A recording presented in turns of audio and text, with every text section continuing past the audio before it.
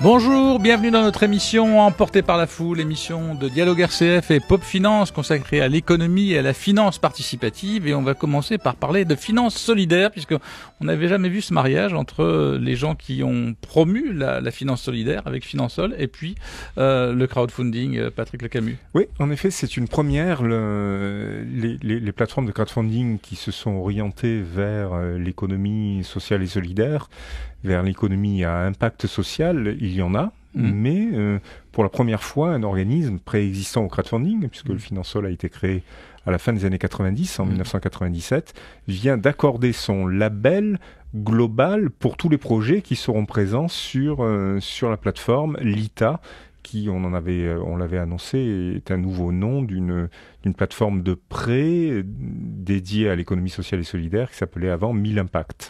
Et donc là, c'est un processus, parce que Finansol ouvre la capacité à recevoir des projets et à dire banco, pas banco, on est dans les règles, on est dans les clous de... Voilà, c'est l'aspect de l'activité de Finansol qui est celle de la labellisation. Comme il y a une labellisation, par exemple, pour le commerce équitable.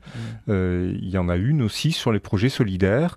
Et Finansol est là pour accorder ce label et permettre aux personnes qui veulent prêter ou investir dans ces projets d'avoir l'assurance que ces projets représentent bien les valeurs pour lesquelles ils ont prêté de l'argent. On sait ce qu'ils vont vérifier ?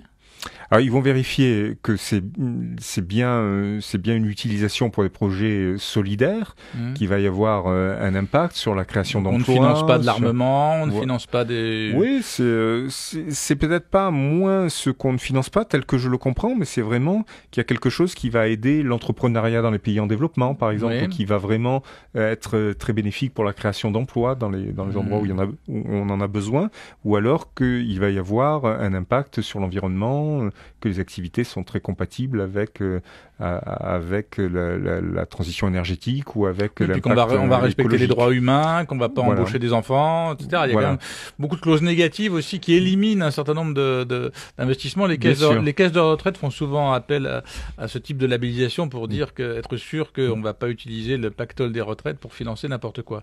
Absolument. Voilà. Donc on va pas financer les enfants au Bangladesh qui fabriquent nos chaussures pour moins d'1 € par jour. Voilà. Donc et puis il y a la volonté de s'assurer qu'il y a de la transparence, que les personnes à qui on prête de l'argent vont bien faire un rapport, un reporting, puisqu'on parle anglais maintenant, trimestriel, pour donner des chiffres et des indicateurs justement sur les impacts attendus. Donc là, on a globalement sur la transparence, la responsabilité sociétale, et donc une vision d'une plateforme qui a envie de s'investir dans ce secteur-là. Oui, c'était à l'origine la volonté de la plateforme, donc qui s'appelait 1000 Impact et qui s'appelle maintenant LITA, et qui a désormais un organisme qui le labellise qui n'est pas la plateforme mais qui est extérieur, donc qui a une certaine garantie. Puis Finansol est connu quand même. Oui, puis c'est important d'avoir ce principe de label qui effectivement permet une vérification extérieure par rapport à ce qu'annonce la plateforme elle-même. Donc là, comme c'est une plateforme de prêt, ça rassure ceux qui prêtent et ça rassure sur les projets qui vont être financés par les prêts. Absolument. Donc on a là en ce moment il y a un projet qui cherche à démocratiser l'alimentation durable et qui recherche 200 000 € et avec la volonté de créer 29 emplois et aussi indirectement de soutenir les producteurs locaux, 60 producteurs locaux, donc répartis en France. Voilà, donc ça c'est la promesse de l'impact de ce prêt. Voilà, c'est en ce moment sur la plateforme LITA. Donc voilà, on sent bien que c'est bien vraiment l'économie solidaire qui est garantie par Finansol et qui permet aux prêteurs de se dire que effectivement ils auront une destination de leur argent qui sera conforme à leur éthique et à leur choix. On passe au brève, Patrick Le Camus. Oui, il y a une journée porte ouverte au wagon. Alors le wagon, c'est là la démocratisation du code. Sur cette idée que... Attends, de quel code ? Le code de la route ? Non. Informatique. Un code informatique. Bon. Qui est cette idée que partagent beaucoup de gens, c'est que il faut apprendre le code informatique comme on apprend à écrire et à lire et à écrire. il faudrait que tout le monde sache un petit peu comment ça fonctionne, même si on ne devient pas un professionnel de la chose par soi-même. Il est important de maîtriser cet aspect-là des choses. Et en plus, peu de connaissances mécaniques pour conduire sa voiture, quoi. Presque ça. Voilà. Parce que quelque chose qui est plus utile que la connaissance mécanique pour conduire sa voiture. Donc on a également un autre constat avec le wagon qui est que comme il y a énormément de demandes sur ces métiers-là qui sont neufs et pas suffisamment de formation et de gens formés, il faut créer beaucoup de solutions alternatives pour former des gens à ces métiers. Donc il y a deux aspects qui font que naissent beaucoup d'initiatives comme celle-ci. Et le wagon fait une journée porte ouverte le mercredi 31 janvier entre 9h et 13h rue Paradis dans ses locaux. Et on s'inscrit sur Meetup, c'est ça ? Oui.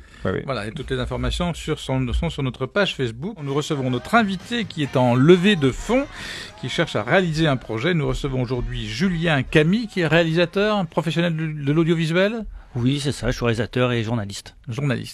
Et là, vous avez un projet en presque réalisation, puisque quand on arrive à la post-production, c'est qu'on a déjà fait beaucoup de choses. Un sujet étonnant sur un grand sportif. Oui, je me suis passionné depuis 2 ans pour un cycliste provençal qui est né à Cannes, mais qui a passé beaucoup de temps entre Cannes et Marseille à s'entraîner, qui s'appelle René Vietto, qui fut une star du Tour de France dans les années 1930-1940, et qui fut même l'idole de la nouvelle génération de cyclistes qui est arrivée dans les années 50 après la guerre.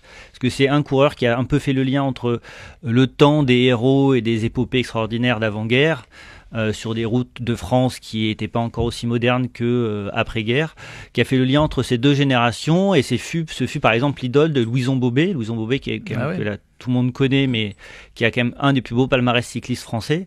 Pour Louison Bobet, moi je suis allé rencontrer son frère à Louison Bobet, Jean Bobet, qui vit encore à Rennes, et il m'a raconté, mais quand on jouait aux billes sur la plage, quand on était petit avec Louison, il n'y avait qu'une seule bille pour Louison Bobet, c'était la bille de René Vietto.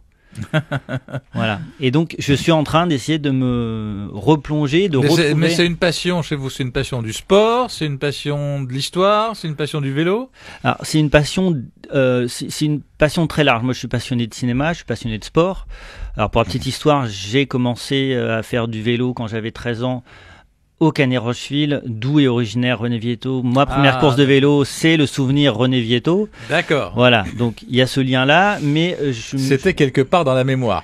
Exactement, et je l'ai retrouvé, cette histoire, quand j'ai écrit l'année dernière un livre avec mon père qui s'appelle Sport et Cinéma, qui recense les plus beaux films de sport depuis l'invention du cinéma, et je me suis replongé aussi dans l'histoire du vélo, du coup, et je me suis retombé sur cette histoire-là, qui m'a véritablement passionné, parce que c'est un homme qui a été un petit peu oublié par son caractère singulier, par le fait qu'il n'a jamais réussi à accrocher son nom au palmarès du Tour de France, alors que toute la France espérait depuis ses pleurs sur un muret dans une descente des Pyrénées en 1934, à tout juste 20 ans, ce qui venait de se sacrifier 2 fois pour sauver la tunique jaune de son leader. Toute la France attendait sa victoire, la victoire de René Vietto de 1934 à 1947, à la sortie de la guerre.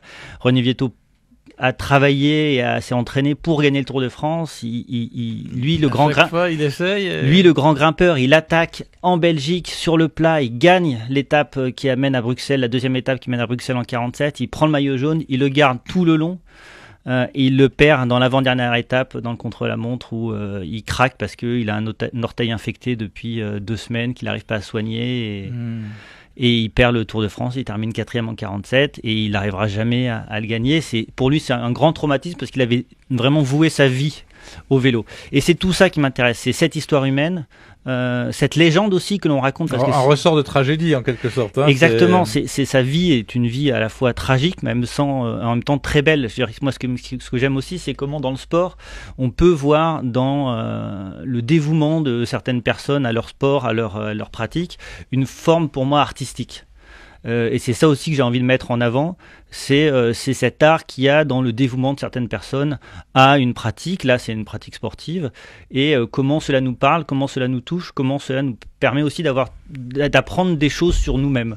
Alors, vous avez fait un film, vous cherchez à financer la production de ce documentaire, vous êtes sur la plateforme Ulule. Oui. Vous avez fixé un objectif de 5 000 € et plus si affinité. Exactement, c'est-à-dire que voilà, il faut fixer un minimum à atteindre. L'idéal, ce serait 10 000 €, mais déjà avec 5 000, on arrivera déjà à faire pas mal de choses, et avec 10 000, parce qu'évidemment, dans mon documentaire, il y aura pas mal d'achats de droits d'archives qui sont assez onéreuses, et je veux aussi, pour le relier aujourd'hui, utiliser beaucoup de musique, notamment cette musique que vous venez d'entendre de Marvin Gaye sera, je l'espère, dans le documentaire, parce qu'il raconte qu'il n'y a pas de montagne assez haute. Ça répond aussi à l'idée de René Vietto, qui était capable dans son esprit de se jeter dans le ravin tellement les montagnes étaient hautes quand il était sur son vélo. C'est tout ça qui est beau, tout ça que j'ai envie de raconter. Donc si on veut donner, on donne sur la plateforme Ulule. Sur le mot-clé, c'est René Vietto, VIE2TO, c'est ça? Exactement. Et puis, donc, l'objectif, pendant un mois, c'est 5 000 et puis 10 000 pour arriver à cette production et post-production. Voilà, c'est ça. Très bien.